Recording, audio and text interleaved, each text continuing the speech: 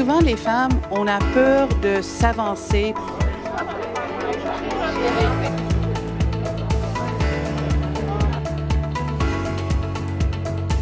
Susan, moi je l'ai connue à son époque de la Banque Laurentienne. Elle préside le conseil d'administration du groupe Page Jaune. Elle siège au CA de Médavie et au CA de Air Transat. Elle a également des CA d'OBNL, je pense l'Institut de cardiologie. La Fondation, je suis la vice-présidente de la Fondation de l'Institut de cardiologie et je suis nouvellement administratrice du Festival du Nouveau Cinéma qui a lieu actuellement. Ça vaut la peine. Alors, excellent. Donc, pour se lancer dans le vif du sujet, Susan, si tu pouvais nous parler un petit peu de ton cheminement.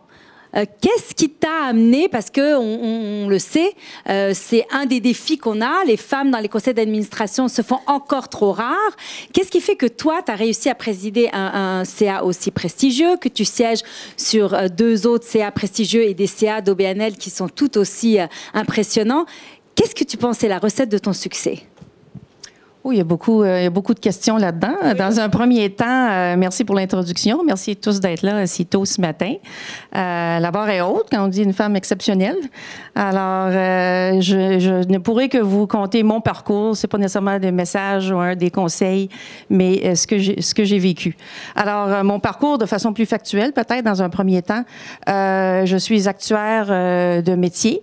Et donc, une quinzaine d'années en consultation dans les grandes boîtes que plusieurs d'entre vous connaissez, Mercer et à l'époque, qui s'appelait TPFNC, qui est maintenant Willis Towers Watson.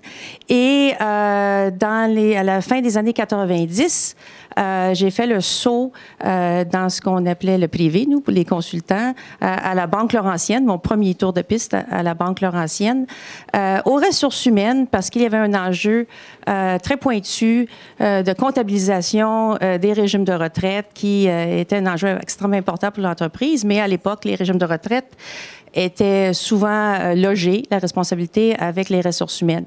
Et donc, ce changement de carrière important est survenu à ce moment-là. Alors, j'ai pendant plusieurs années garder la responsabilité des ressources humaines qui était un changement extrêmement important pour un professionnel très, très pointu d'actuaire, de régime de retraite, de fiscalité, puis je pourrais creuser encore plus. Donc ça a beaucoup changé ma carrière. J'ai ensuite terminé la plus longue partie de ma carrière, toujours avec les ressources humaines et des enjeux plus larges, mais comme en anglais on appelle le Chief Risk Officer, le chef de la gestion des risques, avec toujours diverses responsabilités, mais à la Caisse de dépôt, c'est pour cette fonction que je suis plus connue. Oui, j'étais là durant les grands événements de 2008, 2009 et le papier commercial, etc. Ensuite, j'ai terminé ma carrière encore comme chef de la gestion des risques à la Banque Laurentienne pour maintenant, depuis 1 an, me consacrer à temps plein comme administratrice de société et les sociétés que j'ai actuellement, on en a parlé. Dans ta question, il y avait aussi, je ne sais pas si tu veux que j'aille de suite, ça c'est un peu le parcours factuel. J'ai entendu les clés du succès ou...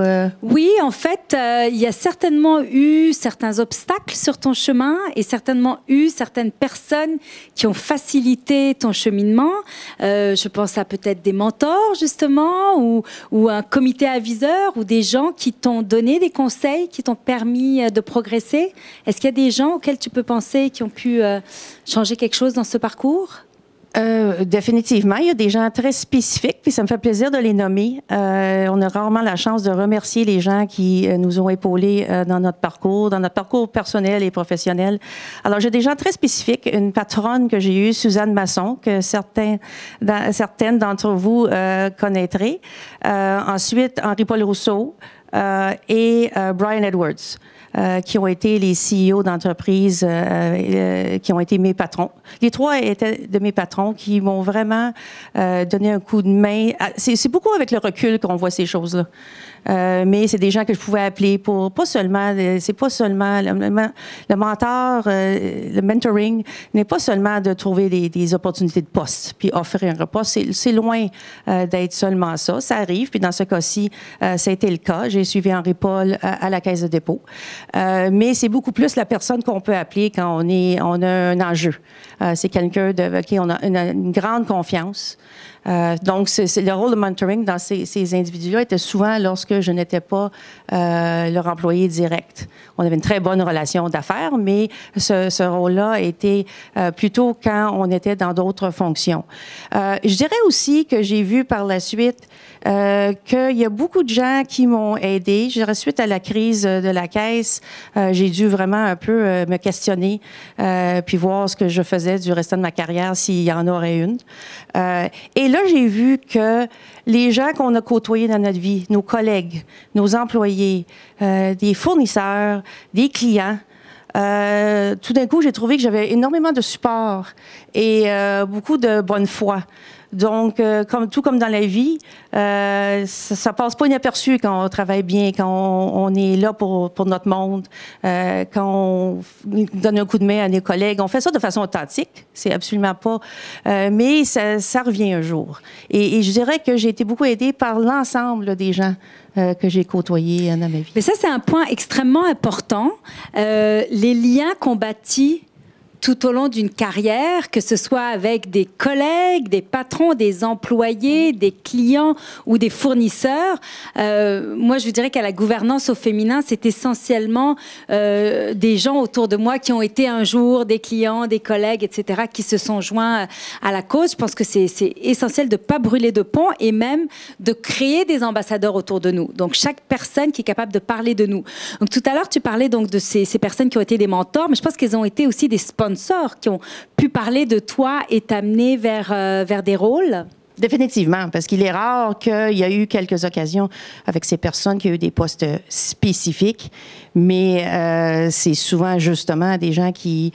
c'est de savoir que quand les gens vont poser des questions sur une personne, prendre des références, qui vont parler en bien, une première étape, mais une deuxième étape, ils vont aller au-delà de ça, prendre un peu d'initiative et nous proposer pour des choses qu'ils entendent parler.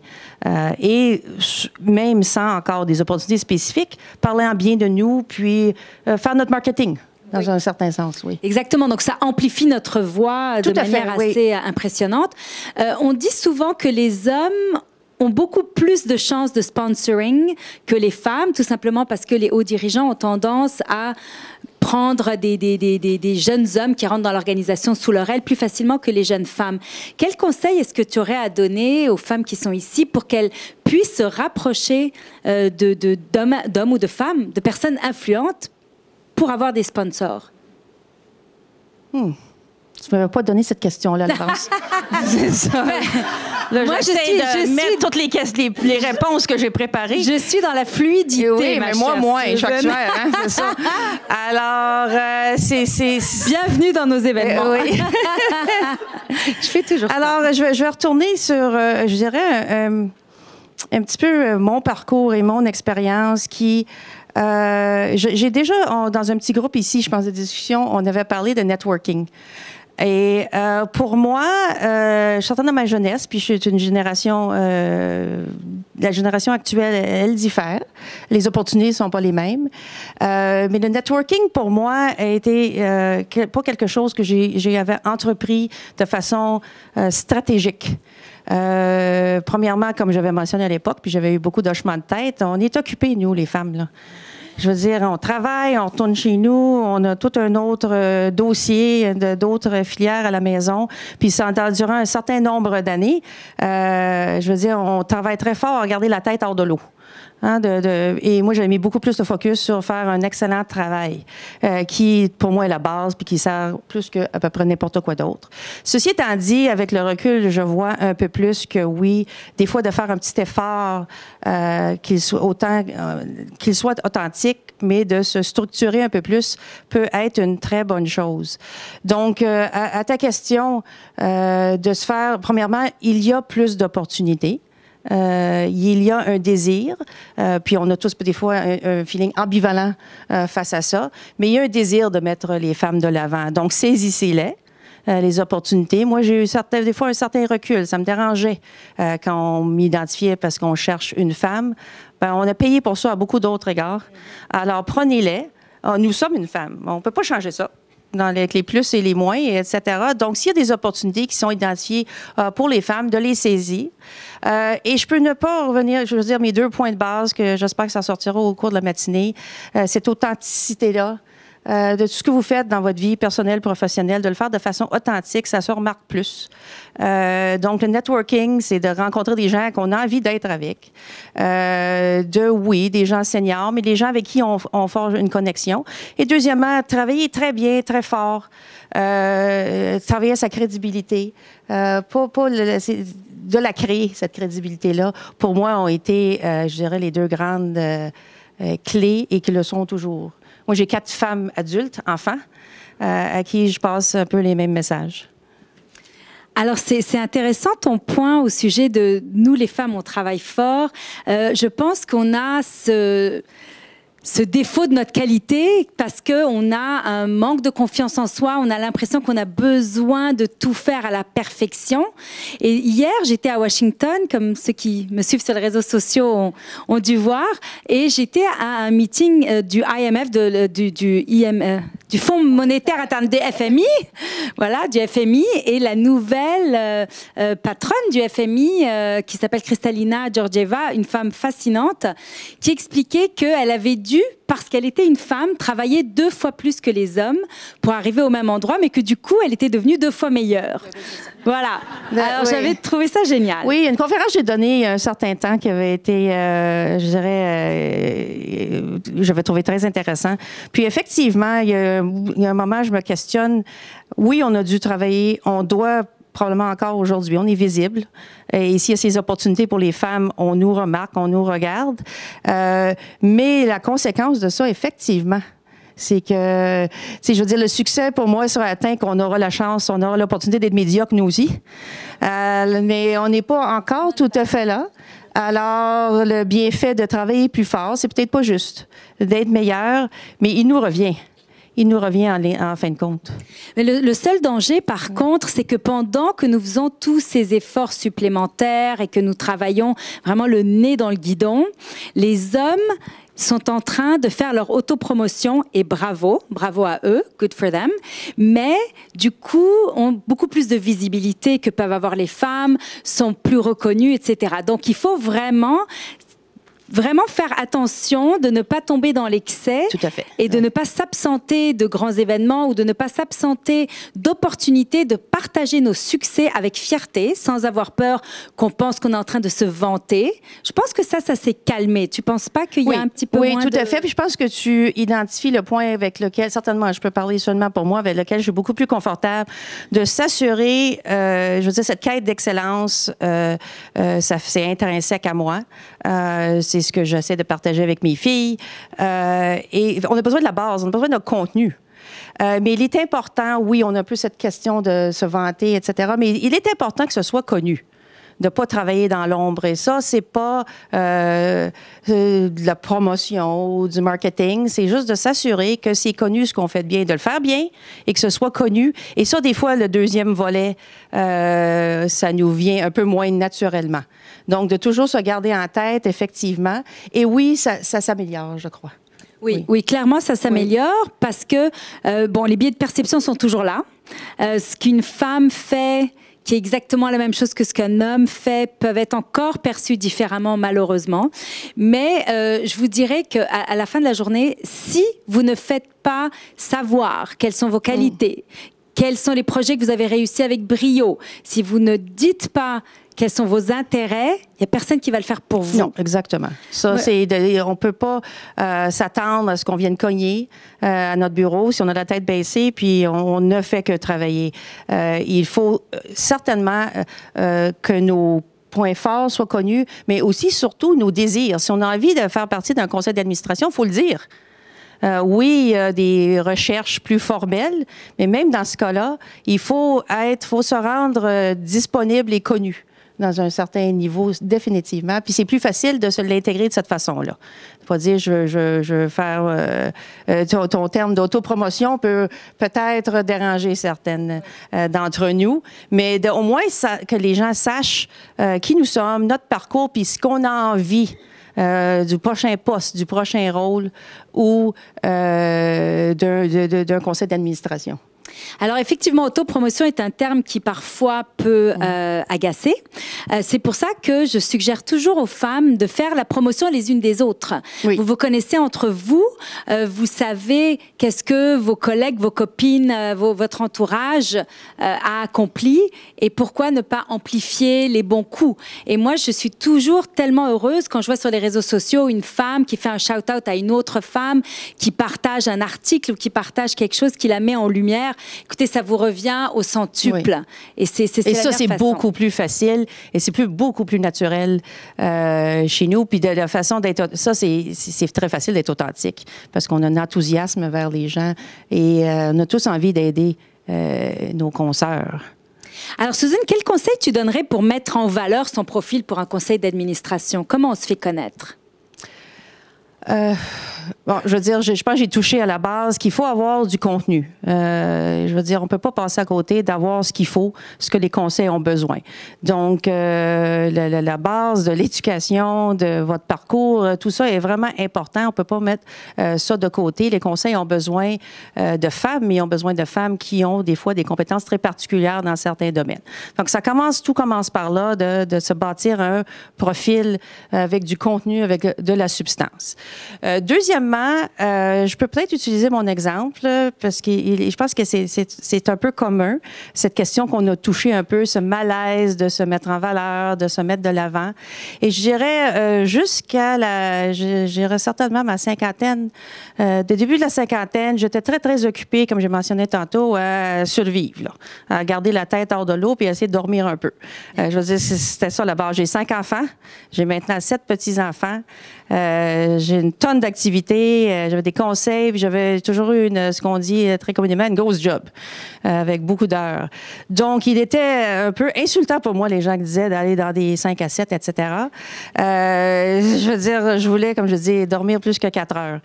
Alors, dans le début de cinquantaine, je dis c'est beau, mais si j'ai envie il m'est venu un désir de faire partie de conseil d'administration. Je dis ça serait une bonne suite à ma carrière. J'ai beaucoup de choses à partager. J'ai vécu de grands événements financiers, puis j'aurais des choses à partager avec les gens. Il me semble que ça pourrait être utile pour les gens, mais aussi pour les compagnies. Alors, comment on s'y prend?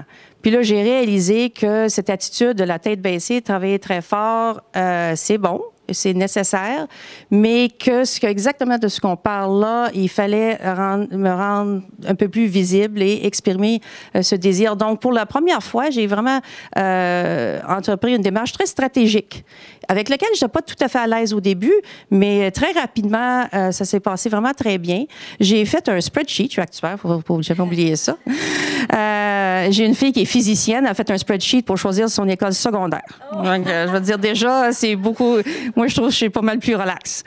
Alors, j'ai fait un spreadsheet de tous les gens que j'avais connus dans ma vie, littéralement comme ça. Puis c'est un exercice le fun, les gens soi-disant importants. Mais pas toujours juste importants, mais des gens que je trouvais qui étaient dans un milieu qui pouvaient avoir des opportunités de savoir, entendre parler d'opportunités de conseil d'administration. Alors, j'ai fait ce grand spreadsheet-là, puis là, j'ai coché ceux que j'avais vraiment pas envie de voir. Moi, je n'irais pas luncher avec quelqu'un juste pour ça. Donc, il restait quand même une très, très grande liste de personnes, à ma grande surprise. Et à ma grande surprise, qui revient mon point, je pense, initial, tous ces gens-là ont voulu me rencontrer. Alors, j'ai cédulé un lunch aux 2 semaines, quand je pouvais, là, mais j'ai essayé de rendre ça beaucoup plus structuré qu'autre chose. Donc, aux 2 semaines, il y avait un lunch qui était toujours agréable et que je m'assurais, là, on partait, on chatte, puis souvent, c'était des gens que je n'avais pas vus depuis des années. Et je m'assurais dans quelque part de dire, là, j'ai envie de me diriger vers les conseils d'administration. J'ai pas fini la carrière active, mais je commence tôt, puis peut-être que je pourrais m'en prendre 1 ou 2 dans un premier temps, puis etc., etc. Alors, voilà. ça a fonctionné. Je veux dire, et il y a quelques personnes, on les connaît tous, les gens qui disent, je vais t'appeler, etc., puis il se passe rien. Pas grave. Mais beaucoup de gens ont pris la peine de vraiment faire un effort. Puis ça ne veut pas dire me trouver une place, mais parler à quelqu'un d'autre, puis ce phénomène un peu de rayonnement. Alors, je dirais ça, c'était ma façon qui a bien fonctionné. J'ai un background financier qui est utile sur les conseils à ce moment-ci. L'autre point est que depuis très longtemps, je suis membre du conseil d'administration d'organismes but non lucratifs philanthropiques pour encore des raisons vraiment très authentiques. Et je vous conseille ça fortement. Il y a tellement de bénéfices. Premièrement, si vous avez des jeunes, des enfants, des ados, des jeunes adultes, vous voyez que le monde a beaucoup changé. Je viens de porter cette dernière physicienne à Cambridge. Puis il a fallu... On est là une semaine, il faut meubler son appartement avec l'usager. Hey, je veux dire, une paire de jeans. Le monde ils ont vraiment des attitudes différentes. Puis plusieurs d'entre vous êtes assez jeunes, donc vous voyez, c'était un peu moins fréquent, là, nous autres. Là, on ne savait pas qu'on brûlait la planète. Alors, je pense qu'on a un devoir de redonner. Et ça ouvre nos horizons très grands. Et de façon très stratégique, c'est une excellente école pour des conseils corporatifs. Je veux dire, j'en ai tiré un grand bénéfice. Je suis membre, je l'ai quitté, mais j'étais membre du premier conseil, c'était les Grands Ballets canadiens en, mon Dieu, 92, 13. J'étais là une quinzaine d'années et on apprend les bases de la gouvernance. Et on connaît des gens. Et c'est le fun. J'ai adoré ça. Fait que je dirais mes deux conseils mon parcours a été les conseils philanthropiques et un exercice vraiment assez structuré. Oui, alors je trouve que c'est très intéressant ce que tu apportes avec ta méthode de réseauter. Moi, je suis pas actuaire et je ne fais pas des fichiers Excel comme ça pour mon réseau, mais j'ai toujours mis l'emphase sur l'alimenter et pas simplement contacter les gens parce qu'on a besoin de quelque chose. Ça ne fonctionne jamais. Les gens vous voient arriver avec vos skis, là. Si vous n'êtes pas capable d'avoir des gens qui, quand vous les appelez, ils savent que vous êtes de toute façon une personne bienveillante qui est là pour eux aussi, etc., ça ne fonctionnera pas. Trop souvent, j'ai quand même passé une décennie dans le domaine de la gestion de carrière où je soutenais des hauts dirigeants qui changeaient d'emploi, qui avaient perdu leur poste et qui tout d'un coup se retrouvaient complètement paniqués en disant moi j'étais le PDG de telle ou telle compagnie, mais là tout d'un coup je vois que j'ai personne autour de moi parce que j'ai plus ma carte d'affaires de cette boîte-là. Ça c'est mauvais. Il faut vraiment investir dans qui vous êtes en tant qu'individu et non pas en tant que vice-présidente de telle banque ou de telle compagnie d'assurance. Ça c'est essentiel et redonner à votre réseau puis vous allez recevoir au centuple. Pour les CA d'OBNL, moi aussi, comme tout le monde, on démarre là. Je pense que c'est essentiel de choisir une cause qui vous tient à cœur parce qu'on y met beaucoup de temps, on y passe des soirées, on sacrifie du temps de famille pour être dans ces réunions-là. Donc, c'est important que ce soit quelque chose qui résonne avec vous. Puis, un point vraiment important parce que j'ai été impliquée dans les 20 dernières années dans beaucoup de CA, dans différents milieux, que ce soit culturel, que ce soit la santé ou autre. Et je vous dirais qu'il y a une chose que j'ai retenue, c'est que les personnes qui nous entourent sur ces tables de CA, c'est toujours des gens avec qui on tisse des liens profonds parce qu'ils ont des valeurs communes. Mais on se rappelle aussi de ceux et celles qui venaient là simplement pour mettre leur nom quelque part et qui faisaient rien.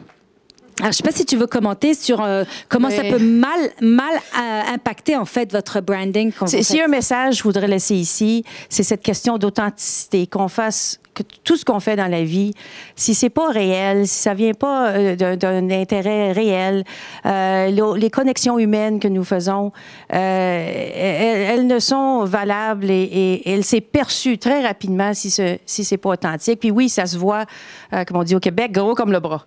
Les gens dans les conseils, le réseautage. Vous le savez tous, quand quelqu'un vient nous parler, puis là, ouf, si on n'est pas là de façon authentique, non seulement c'est pas agréable, mais ça servira à rien. De toute façon. Un point que tu as mentionné, j'aimerais commenter, de choisir la cause qui nous tient à cœur, mais c'est aussi vrai dans les conseils corporatifs. Quand ça commence à nous se présenter à nous, puis on se dirige vers ça, c'est pas la même phrase, la cause qui nous tient à cœur, mais il faut que ça nous intéresse. Dans les premiers qu'on nous offre, on n'a pas toujours le loisir de dire « moi, je veux exactement ceci ». Puis ça, c'est vrai. Il faut être un peu réaliste dans nos premiers, etc. Mais de choisir une industrie qui nous déplaît, on ne le ferait jamais pour notre travail. Mais ne le faites pas non plus pour les conseils, parce que ça aussi, ça va nous ennuyer, ça va devenir une tâche et on va moins apporter, on va moins contribuer dans quelque chose qu'on n'a pas. Ça n'a pas besoin d'être un domaine où on a de l'expertise. Je n'avais aucune expertise pour Transat, mais un grand intérêt et donc une curiosité, un désir d'apprendre, parce que c'est beaucoup d'apprentissage. Alors ça, c'est un point important aussi, notre expertise qui n'est pas forcément dans l'industrie parce qu'on apporte quelque chose d'autre à la table du conseil. Tout à l'heure, tu disais que toi, c'était ton background financier qui a fait que tu étais un atout important pour tous ces conseils. Qu'est-ce qu'on recherche? Qu'est-ce qu'un président de conseil ou un comité de gouvernance recherche comme compétence en général pour une table du conseil? Parce que ça a évolué au fil des années. Oui, ça a évolué. Ça a évolué comment on se rend là aussi. On a parlé de stratégie pour se mettre de l'avant, mais le recrutement maintenant, je dirais, je pourrais pas donner de proportion. Est-ce que c'est 50-50? Peut-être pas encore, mais ça passe encore par les voies informelles et maintenant des recherches plus formelles. Donc, les voies informelles, on est référé d'une personne à l'autre, je connais quelqu'un, etc., etc. Et maintenant, il y a de plus en plus les recherches par des boîtes de recrutement beaucoup plus formelles avec les critères et les entrevues. Donc, il y a les deux processus. Mais qu'est-ce qui va chercher un conseil maintenant? Je dirais qu'il y a deux aspects à voir. Il y a l'aspect, je suis présidente d'un conseil, donc à chercher pertinemment, je peux répondre à cette question-là. Donc, il y a souvent une grille vraiment de compétences. Alors, on a besoin de choses spécifiques. Mes connaissances financières ont été utiles dans mon parcours, mais aussi mes connaissances RH. Le comité RH dans une corporation publique avec la rémunération, c'est extrêmement important, extrêmement délicat. Ça prend un certain doigté. Donc, il y a des compétences très spécifiques qui sont de toute nature. Industrie, puis si vous voyez les proxys, les circulaires des compagnies publiques, il y a vraiment des grilles de compétences, puis en haut, là, on peut retrouver 15 à 20 différentes compétences. Transactions, mergers and acquisitions, financier, comptabilité, RH, l'industrie, innovation, relations gouvernementales. Donc, si vous êtes assise ici, vous avez une expertise. Donc, votre contenu, ce que je parlais tantôt, votre base, votre substance, elle est ce qu'elle est, la mettre de l'avant, mais elle sera recherchée selon les conseils. Il y a, je dirais, les RH et finances et l'industrie. L'industrie, des gens qui ont eu des rôles opérationnels, c'est toujours en grande demande. Et là, il y a tout l'autre côté des skills, des soft skills, appelons ça ici. Un conseil, c'est une créature très différente, puis il y a une transition importante d'un exécutif à devenir membre d'un conseil, puis je dirais une deuxième transition, devenir président du conseil. Mais la transition d'un exécutif qu'on est un petit peu habitué, rendu là, d'être le boss, hein? Et on est des bons leaders, on a des gens qui nous suivent, puis on a une collaboration, etc., etc. Mais là, c'est toute une autre histoire. Il n'y a pas de position d'autorité. Puis c'est beaucoup de boss autour d'une même table qui sont habitués d'avoir... puis c'est des fois, il y a un peu plus d'hommes qui ont été souvent des CEO, puis sont habitués d'avoir got their own way. Alors, et d'avoir une vérité sur beaucoup de questions, beaucoup de points. Alors, on cherche, et là, un conseil n'a pas de rôle opérationnel. Il est un rôle de conseil, d'influence, de supervision. À l'occasion, il faut qu'il soit fort et ait le jugement de prendre des grandes décisions, mais elles sont rares. Donc, c'est un consensus qu'on cherche. Et donc, ça prend ces soft skills-là. Chaque conseil est vraiment une créature différente. Il y a une dynamique différente. Et là, il faut se mêler à ça. Donc, souvent, les soft skills vont varier, mais ce qu'on va chercher de façon uniforme, c'est cette capacité de collaboration, une capacité d'être solidaire avec un groupe, même des fois que c'est pas tout à fait notre point de vue. Je dirais le point dernier que je cherche dans le monde aujourd'hui, dans la gouvernance, c'est du courage. Que je cherchais aussi auprès de mes exécutifs. Le courage d'être solidaire avec une opinion qui n'est pas la nôtre, mais plus important, le courage d'exprimer l'opinion moins populaire. moins favorable, peut-être unique. Et souvent, la diversité, on parle ici de la diversité du genre, mais la diversité à tout égard devient de plus en plus importante. Nous sommes souvent celles qui avons une opinion différente. Alors, d'avoir le courage de l'exprimer d'une façon qui permette néanmoins une collaboration, ça prend beaucoup de doigté de ce côté-là. Et je dirais, sans vouloir généraliser, les femmes ont là un petit peu plus de ça. On a eu à se mêler, à se fondre dans des situations avec lesquelles c'était pas toujours confortable. Nous étions souvent la seule autour d'une table et on a développé cette capacité de non, c'est pas juste de s'arrimer à tout le monde, mais c'est de trouver une façon de dire notre opinion sans offusquer, définitivement, mais aussi sans gardant, j'utilise l'expression asiatique, que tout le monde puisse save face. Alors, je dirais ces capacités-là, ces skills-là sont aussi importants que le contenu qui sera plus facile à cocher. On l'a, on ne l'a pas. On est comptable ou on ne l'est pas. Alors, évidemment, on se met de l'avant pour des situations que nous avons les compétences. Et il est important de développer, de travailler, d'être au courant que c'est toute une autre créature, un conseil. Mais en fait, on encourage les conseils d'administration de s'entourer de femmes ou de personnes issues de la diversité, que ce soit des personnes issues de l'immigration, LGBTQ, des personnes plus jeunes aussi, etc., parce qu'elles ont une opinion, une perspective, un point de vue divers. Il faut qu'ils l'expriment, exactement. Oui. Parce que ce qu'on disait à l'époque où on avait souvent 0 ou une femme, c'est que quand une femme arrivait à la table du CA, c'était pas assez encore pour qu'elle puisse exprimer ses opinions et avoir un impact. Je l'ai été à quelques reprises, la seule, puis certaines d'entre vous certainement aussi.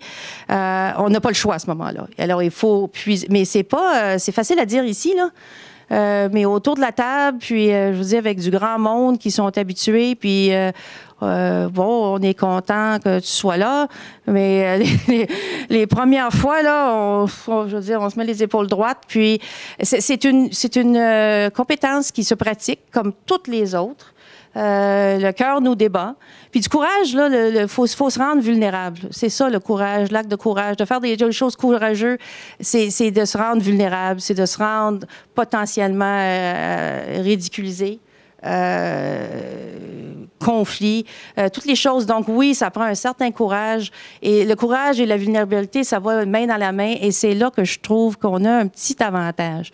Et oui, comme nous sommes plusieurs, même si on ne partagera pas toujours, et certainement, il n'y a pas de raison qu'on partage nécessairement l'opinion de l'autre femme ou de la troisième. Mais ça nous donne un petit support. Très, très indirect de savoir qu'il y en a d'autres avec nous. Et je dirais, je trouve qu'à 3, peu importe le nombre du conseil, c'est un nombre, l'idéal, c'est la parité, il n'y a pas de doute. Mais à partir de 3, il y a une présence qui n'est plus aussi isolée, qui est plus aussi marginale. Oui, oui. Alors, on va donner l'opportunité aux personnes dans la salle de poser quelques questions. Il nous reste quelques minutes pour faire cela. Avant d'ouvrir le plancher, pensez à vos questions. Est-ce que tu as un dernier conseil sur comment on fait pour atteindre notre objectif de siéger dans un conseil d'administration? Un dernier conseil. Je pense que j'ai touché un peu. J'aimerais peut-être plutôt les résumer. Ça serait une autre façon. Travaillez bien, travaillez fort, mais pas trop. Pas trop fort. S'il y a il y a une question que tu m'as pas posée, que j'avais préparée, de quels étaient les obstacles, les clés du succès. Bon, le succès première en partie, je pense que je vous laisserai avec ça aussi. Le succès, ça se définit individuellement. Qu'est-ce que c'est pour vous, là? Et les obstacles, c'était une réflexion, préparer ces questions-là. Les obstacles ont été, je dirais, de façon Je vais parler moins de mon parcours personnel, mais j'ai 5 enfants et 7 petits-enfants maintenant. Alors, dans les obstacles, voilà un. Deuxièmement, je dirais par contre, avec le recul, comme j'approche la soixantaine, on regarde un petit peu par en arrière. Puis il y a beaucoup des obstacles que je me suis imposés personnellement moi-même. Des peurs, des inquiétudes, ce besoin de perfection. Et donc, pour venir travailler fort, mais pas trop fort. Je pense que vous comprendrez ce que je veux dire par là. L'authenticité, pour moi, ça se voit, ça se touche. S'il y avait une clé, puis j'avais un malaise à cette question-là, clé de mon succès, mais j'ai une profession qui m'a ouvert beaucoup de portes. C'était un bon choix à l'époque. J'ai travaillé fort, j'ai travaillé bien, mais s'il y a une chose qui a fait que j'ai eu beaucoup d'opportunités, à mon grande surprise, ça a été ces skills interpersonnels-là. Les gens, clairement, avaient envie de travailler avec moi. Puis cette question-là m'a souvent été notée, l'authenticité que je mettais du côté. Mais là, après le recul, ça m'est tellement répété que puis ça fait partie de qui je suis, mais je voyais pas ça comme important. Et je le vois maintenant que ça l'était beaucoup.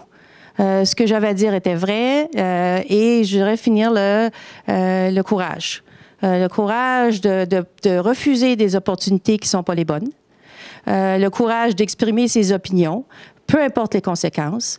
Le courage d'être solidaire avec un groupe quand on n'a pas envie, mais on sait que c'est la bonne chose, puis on ne peut pas toujours avoir tout à la perfection. Le courage de quitter des situations qui ne sont pas les bonnes. Peut-être ça serait mon dernier souhait pour vous. Eh bien, moi, je vais ajouter à ça le courage d'accepter un rôle pour lequel on ne pense pas être prête. Tout à fait. Oui, ça c'est vrai. Ça a été difficile pour moi personnellement, mais je l'ai fait. Quand j'ai les obstacles, souvent la peur, je suis pas prête pour ça. Tu vois pas ça chez l'autre genre. Moi, j'ai fait des tonnes d'entrevues. Non, on n'est pas prête. Je serais jamais capable, etc., etc. Faut changer ce discours-là. Je suis une grande joueuse de tennis. Puis quand je vais sur le court, puis je dis, là, je vais perdre. C'est certain, là. Non, je suis capable, je suis bonne, je suis belle, là, de se répéter les choses là, qu'on dit à nos jeunes filles. Alors oui, et je dirais ce que je suis très fière, que la peur m'a presque paralysée à l'occasion, mais ça m'a jamais empêché de prendre ce prochain saut-là. Puis oui, on est plus capable qu'on le pense. Et je pense sincèrement que ça, c'est une clé du succès pour toute femme qui décide de sortir de sa zone de confort et qui croit en elle. Parce que si vous ne croyez pas en vous, il n'y a aucune raison que les autres y croient. Et je vous dirais que puisqu'on fait beaucoup de travail avec différentes parties prenantes qui ont un rôle pour amener les femmes dans des conseils d'administration, on se fait souvent dire mais c'est tellement plus facile de convaincre un homme que de convaincre une femme. Donc ça, c'est vraiment un obstacle que vous nous mettez à nous, à la gouvernance au féminin, parce que j'aimerais ça qu'ils arrêtent d'avoir cette perception. Mais la réalité, elle est là, c'est que souvent, une femme va se dire est-ce que j'ai tout ce qu'il faut et est-ce que j'ai le temps? Et elles veulent tellement être Madame Parfaite partout, autant au travail qu'à la maison. Et on a toutes été victimes de ça à un moment donné, de dire à nos conjoints, non, je vais m'occuper des enfants. Non, c'est moi qui vais dire qu'est-ce qu'ils vont porter pour aller à la garderie. À un moment donné, il faut lâcher prise et il faut aussi transférer les responsabilités parce que ça, c'est une réalité qui est que les femmes continuent à faire jusqu'à 3 et plus fois de travail auprès des enfants et auprès de la maison qui nous réduit nos capacités de briller professionnellement.